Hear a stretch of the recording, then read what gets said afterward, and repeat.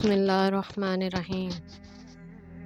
فخر الدین نجفی رقم طراز ہیں کہ جب امام حسین علیہ السلام کا سر یزید لعین کے سامنے پیش کیا گیا تو وہاں ایک نصرانی بھی بیٹھا ہوا تھا جو کہ قیصر روم کی طرف سے سفیر روم تھا۔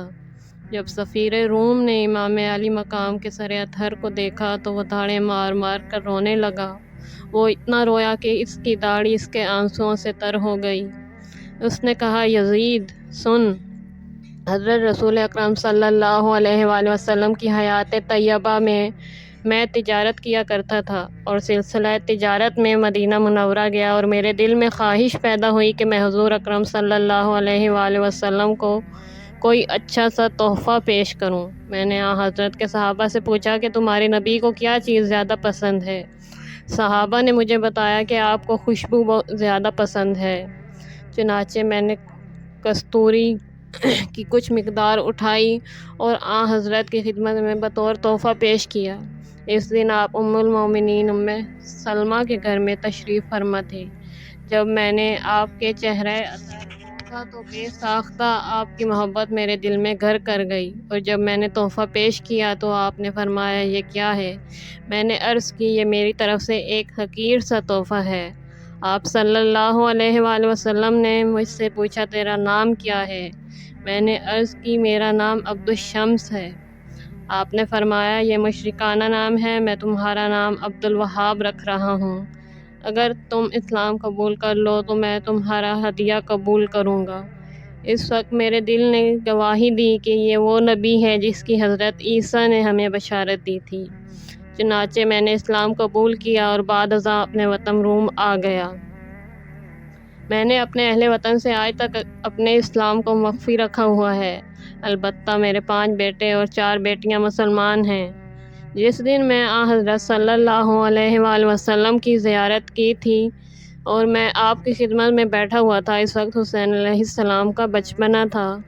حسین اسی عالم طفلی میں نانا کے پاس آئے تو رسول خدا نے انہیں دیکھ کر فرمایا تھا، میرا پیارا حسین، تجھے خوش آمدید ہو۔ پھر حضرت صلی اللہ علیہ وآلہ وسلم نے حسین علیہ السلام کو اٹھا کر اپنی گود میں بٹھایا اور فرمایا، تیرے قاتل پر اللہ کی لعنت ہو، اور جو بھی تیرے قتل میں مدد کرے اس پر بھی خدا کی لعنت ہو۔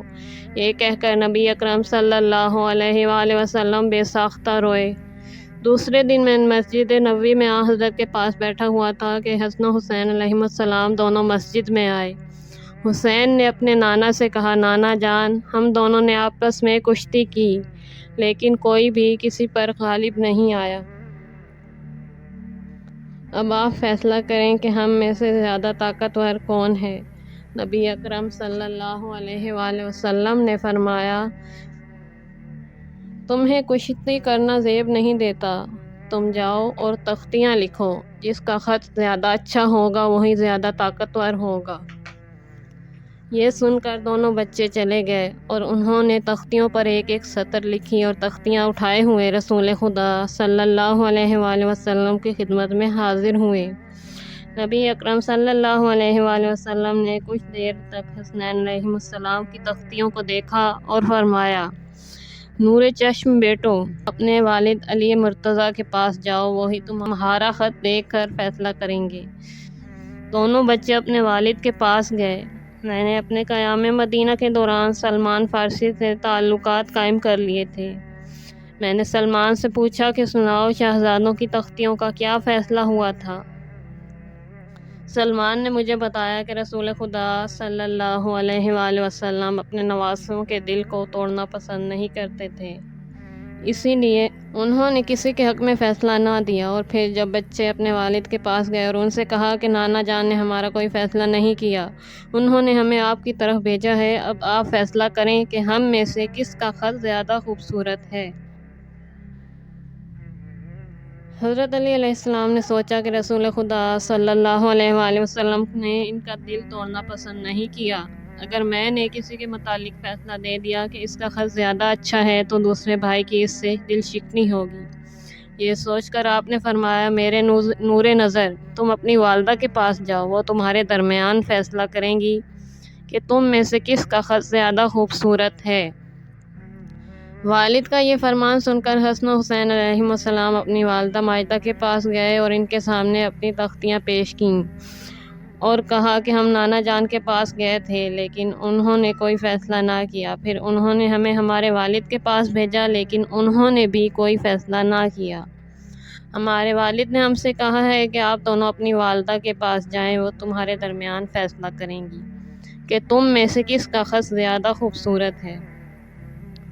بچوں کی بات سن کر حضرت سیدہ نے سوچا کہ رسول خدا صلی اللہ علیہ وآلہ وسلم نے ان کا دل نہیں توڑا اور ان کے والد علی مرتضیٰ علیہ السلام نے بھی ان کا دل نہیں توڑا، اب میں ان کا فیصلہ کیسے کروں؟ پھر جناب سیدہ نے فرمایا، میرے نور نظر بچوں، میرے پاس ایک ہار ہے اور اس میں 7 موتی ہیں، میں وہ ہار توڑتی ہوں، تم دونوں ہار کے دانے چنو، جس کے ہاتھ زیادہ دانے لگیں گے اسی کا خط زیادہ بہتر ہوگا۔ یہ کہہ کر حضرت سیدہ نے ہار کا دھاگا توڑ دیا اور موتی زمین پر گرے۔ 3 موتی حسن علیہ السلام نے اٹھائے اور 3 موتی حسین علیہ السلام نے اٹھائے۔ اب ایک موتی رہ گیا، اسے اٹھانے کے لیے حسن علیہ السلام بھی آگے بڑھے اور حسین بھی آگے بڑھے۔ اس وقت اللہ نے جبرائیل کو حکم دیا کہ وہ فوراً زمین پر جائے اور پر مار کے اس موتی کو 2 حصوں میں تقسیم کر دے۔ چنانچہ جبرائیل امین آئے اور انہوں نے اپنے پر سے موتی کے 2 حصے کر دیا، آدھا حصہ حسن علیہ السلام نے اٹھایا اور آدھا حصہ حسین علیہ السلام نے اٹھایا۔ یزید، اب خود سوچ، حسن و حسین کا دل توڑنا رسول خدا صلی اللہ علیہ وآلہ وسلم کو پسند نہ تھا۔ امیر المومنین اور حضرت فاطمہ نے بھی ان کا دل توڑنا پسند نہ کیا، اللہ نے بھی ان کی دل شکنی کو پسند نہ کیا، اسی لیے اس نے جبرائیل کو